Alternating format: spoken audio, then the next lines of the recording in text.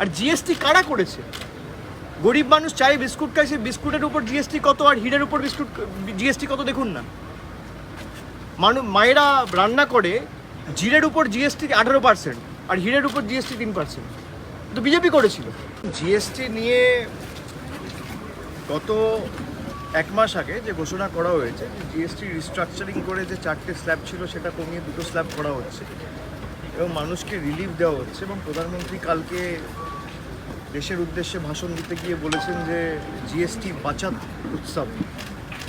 তার মানে 2017 থেকে যবে থেকে জিএসটি হয়েছে, 17-18 থেকে কি 8 বছর জিএসটি লুট উৎসব চলেছে?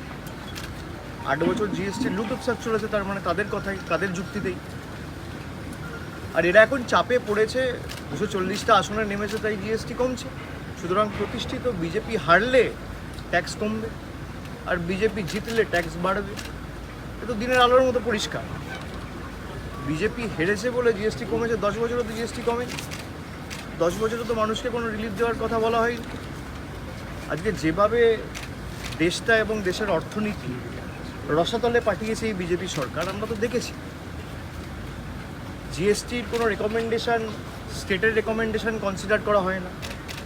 জিএসটি আদায় করার পর স্টেটের যে ডেভলিউশন, স্টেটের যে অংশটা, সেটা টাইমলি পৌঁছানো হয় না।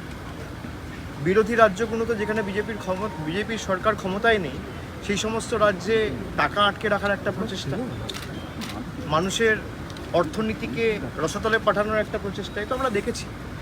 এবং জিএসটি নিয়ে যে কৌশলটা কেন্দ্র সরকার নিয়েছে, মানুষের উপর ছেড়ে দিন। মানুষ অনেক বুদ্ধিমান, আমার আপনার থেকে অনেক বেশি বুদ্ধিমান। মানুষ জানে যে বিজেপি, ওই কথা আছে না, খেলায় না পড়লে বিড়াল গাছে ওঠে না, বাংলা একটা প্রবাদ আছে। বিজেপি হেরেছে মানে 60টা আসন কমেছে, 303 থেকে 240 হয়েছে, তাই জিএসটি 27 থেকে 18 হয়েছে। বিজেপি যদি 200 হতো তাহলে 18% জিএসটি 9% হতো। আর যেদিনকে বিজেপি শূন্য সেদিনকে জিএসটি শূন্য। মানুষ বিচক্ষণ, মানুষ সিদ্ধান্ত দিক। ঠিক আছে?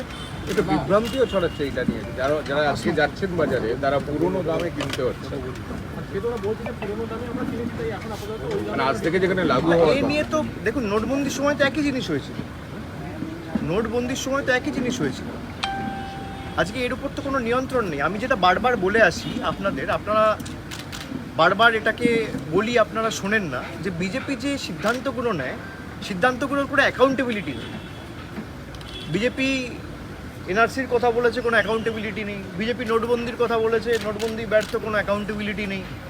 বিজেপি কৃষি আইনের কথা বলেছিল, 750 গরিব কৃষক আত্মহত্যা করেছে, কোনো অ্যাকাউন্টেবিলিটি নেই। অ্যাকাউন্টেবিলিটি যদি না থাকে, এটা এত বড় বড় কথা। অপারেশন সিঁদুরের সময় বলেছিল blood and water can't flow together. তাহলে আজকে পাকিস্তানের সাথে ভারত ক্রিকেট ম্যাচ খেলবে কেন? কিসের জন্য? আপনি পিওকে, পাক অধিকৃত কাশ্মীর, সেটাকে আগে তো দেশের দখলে আনতে হবে। এবং আমরা তো পলিটিক্যাল আইডিওলজি ডিফারেন্ট থাকলেও আমাদের রাজ্যের মুখ্যমন্ত্রী, দলের সভানেত্রী, তিনি বলে দিয়েছে এ বিষয়ে কেন্দ্র যা সিদ্ধান্ত নেবে আমরা তাদের সমর্থন করি। এই যে ডবল স্ট্যান্ডার্ড, হিপোক্রেসি, দ্বিচারিতা, এটা তো প্রমাণিত। যে আপনার অ্যাকাউন্টেবিলিটি কোথায়? আজকে আপনি নোটবন্দি করে 140 জন লোককে মৃত্যুর মুখে ঠেলে দিয়েছে।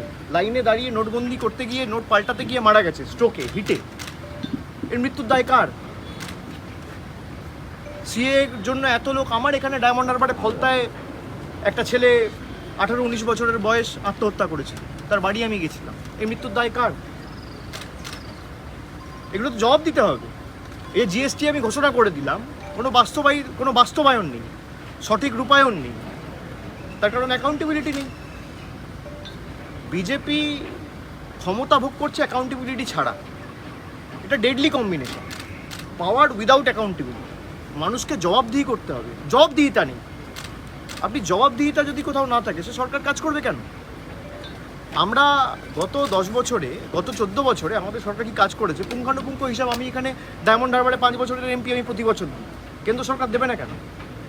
আপনি বাংলা থেকে কত টাকা তুলে নিয়ে গেছেন আর বাংলা থেকে কত টাকা দিয়েছে, খালি এইটুকু হিসাব বার করুন। আমি বিজেপিকে চ্যালেঞ্জ করছি যে গত 10 বছরে আপনি বাংলার থেকে ডাইরেক্ট ট্যাক্স আর indirect tax GST, income tax, অমুক ট্যাক্স, তমুক ট্যাক্স এর মাধ্যমে বাংলা থেকে কত টাকা নিয়ে গেছেন আর তার পরিবর্তে বাংলায় কত টাকা দিয়েছে। প্রধানমন্ত্রী এসে বলেছিল যে আমরা আবাসে টাকা দিয়েছি, 100 দিনের টাকা দিয়েছি। আমি বলেছিলাম শ্বেতপত্র প্রকাশ করুন, পেরেছে? অ্যাকাউন্টেবিলিটি নেই। 100 দিনের টাকা বলতো তৃণমূল দুর্নীতি করেছে বলে আমরা টাকা আটকে রেখেছি। হাইকোর্ট অর্ডার দিয়েছে, সেই অর্ডারকে চ্যালেঞ্জ করে সুপ্রিম কোর্টে কে গেছে? আমি যাইনি, কেন্দ্র সরকার গেছে। তার মানে মানুষকে টাকা দেওয়ার উদ্দেশ্য আপনার নেই। আপনি চান না 69 লক্ষ জব কার্ড হোল্ডার যাদের জীবন জীবিকা 100 দিনের কাজের উপর নির্ভরশীল তারা টাকা পাক, তাদের মুখে হাসি ফুটুক, তারা পুজোয় একটা নতুন জামা কিনুক। আপনি চান এদের কী করে গলা টিপে মারা যায়, কী করে এদেরকে শিক্ষা দেওয়া যায়। আর জিএসটি কারা করেছে? গরিব মানুষ চাই বিস্কুট খায়, সেই বিস্কুটের উপর জিএসটি কত আর হিরের উপর জিএসটি কত দেখুন না।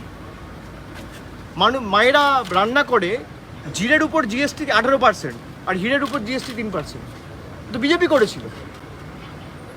দুধের উপর জিএসটি, বাচ্চার খাবারের বিস্কুটের উপর জিএসটি। আমি তো বাজেটে বলতে গিয়ে বলেছি, শরীরে মাখে সে সর্ষের তেল থেকে শরীরে মাখে সে বডি অয়েল থেকে শুরু করে, রান্নায় সর্ষের তেল থেকে শুরু করে, শ্যাম্পু থেকে শুরু করে, বিস্কুট থেকে শুরু করে, আটা থেকে শুরু করে, কিসে জিএসটি নেই? কাপড়, জামা, জুতো, প্যান্ট, ঘড়ি সবে জিএসটি। খাতা, পেন, কিসে জিএসটি নেই? তো ট্যাক্স করে অর্থনীতির 12টা বাজিয়ে দিয়েছে। এটা তো ভাবতো যে জগৎটাকে আমাদের ইচ্ছা মতো চালাবো। মানুষ এদেরকে বেগ দিয়েছে, এখন উপায় নেই, জিএসটি কমাতে হচ্ছে। আমি আপনাদের বলছি এই জিএসটি আরও কমবে। আপনি যদি মোদী সরকারের উদ্দেশ্য থাকতো তাহলে তো জিএসটি আজ থেকে 4 বছর আগেও কমতে পারতো, 2 বছর আগেও কমতে পারতো, 3 বছর আগেও কমতে পারতো। তা তো কমেনি। কেন কমেনি? তার কারণ এরা ভেবেছিল ধর্মে ধর্মে বিভাজন তৈরি করে ভোট আদায় করবে। যে অযোধ্যার রাম মন্দিরকে সামনে রেখে প্রচার করেছিল সে অযোধ্যায় হেরেছে। এটা মানুষ প্রত্যাখ্যান করেছে। আর বাংলার মানুষ তো পথ দেখিয়েছে। বাংলার মানুষ তো 2014 থেকে শুরু করে 19, 21, 24 পঞ্চায়েত, পুরসভা, লোকসভা, বিধানসভা প্রত্যেকটা নির্বাচন এদের গোহারা হারিয়েছে। তাই এদের রাগ। বলছি কালকে চন্দ্রনাথ সিনহাকে হেফাজতে চাইছে ইডি, কালকে অর্ডার আছে, এটা নিয়ে সাবজুডিস ম্যাটার। আমি তো ইডিতে চাকরি করি না, আমি বিচারক না, আমি কি করে বলবো? তদন্তকারী সংস্থা কি চাইছে আর বিচারক কি করবেন সেটা তদন্তকারী সংস্থা অ্যাপিল করবে, আর বিচার ব্যবস্থার উপর যারা আস্থা রাখেন তাদেরকে অপেক্ষা করতে হবে। আর যদি আমার আশানুরূপ জাজমেন্ট না হয় তাহলে সবার কাছে রাস্তা খোলা আছে, হায়ার কোর্টে অ্যাপিল করবে। আমি ইডিতে চাকরি করি না, সিবিআই চাকরি করি না, আর আমি ভবিষ্যৎবাণী করি না। আর ইডি সিবিআইয়ের গ্রহণযোগ্যতা বা নিরপেক্ষতা যত কম বলা যায় তত ভালো, গলা বিশ্রাম পাবে। গত 10 বছর ধরে যারা তদন্ত করছে, প্রধানমন্ত্রী কৃষ্ণনগরের বিজেপি প্রার্থীর সাথে ফোনে কথা বলেছিল, আপনারা সবাই চ্যানেলে বড় বড় করে দেখিয়েছিলেন যে টাকা ফেরত দেওয়া হবে মানুষকে। ইডি সিবিআই যে টাকা উদ্ধার করেছে, কোথায় 10 পয়সা ফেরত দিয়েছে? আমাদের সরকার সারদা হওয়ার পর এফআইআর করে আমাদের সরকার সুদীপ্ত সেনকে অ্যারেস্ট করেছিল। আমাদের মুখ্যমন্ত্রী শ্যামল সেন কমিশন করে মানুষকে টাকা দেওয়ার প্রক্রিয়া শুরু করেছিল। আমরা বলে করেছি, ওরা করুক। সব বলার করার মধ্যে পার্থক্য আছে। ইডি সিবিআইয়ের কি ভূমিকা আমরা সবাই দেখেছি, আর এরা কত নিরপেক্ষ। আজকে যে বিজেপিতে চলে যাবে সে তার 7 খুন মাপ, সে ধোয়া তুলসী পাতা। আর বিরোধী দলের কেউ যদি থাকে বিজেপির বিরুদ্ধে লড়াই করবে, ইলেকশন এলেই তাকে টর্চার করো, হেনস্থা করো, তার পিছনে এজেন্সিকে লেলিয়ে দাও। এই তো বিজেপির কাজ। বিজেপির কাছে আছে কি? দুটো তো একটা ইলেকশন কমিশন আর একটা এনফোর্সমেন্ট ডিরেক্টরেট। ওদের কাছে খালি ওদের কাছে দুটো আর আমাদের কাছে 3টে এম, মা, মাটি, মানুষ। এনফোর্সমেন্ট ডিরেক্টরেট আর ইলেকশন কমিশনার বনাম মা, মাটি, মানুষ, স্কোয়ার বনাম MQ। ক্ষমতা থাকলে রুখে দেখা। লাস্ট হচ্ছে যেহেতু মহালয়ের আগে মুখ্যমন্ত্রী উদ্বোধন করছেন পুজোর, আর শুভেন্দু অধিকারী রাজ্যের বিরোধী দলনেতা তিনি খুব সমালোচনা করছেন, বলছেন এটা স্বাস্থ্যমধ্যে হচ্ছে না, হিজাব করছেন তিনি, এই সমস্ত কথা বলছেন, এটাকে কি বলবেন?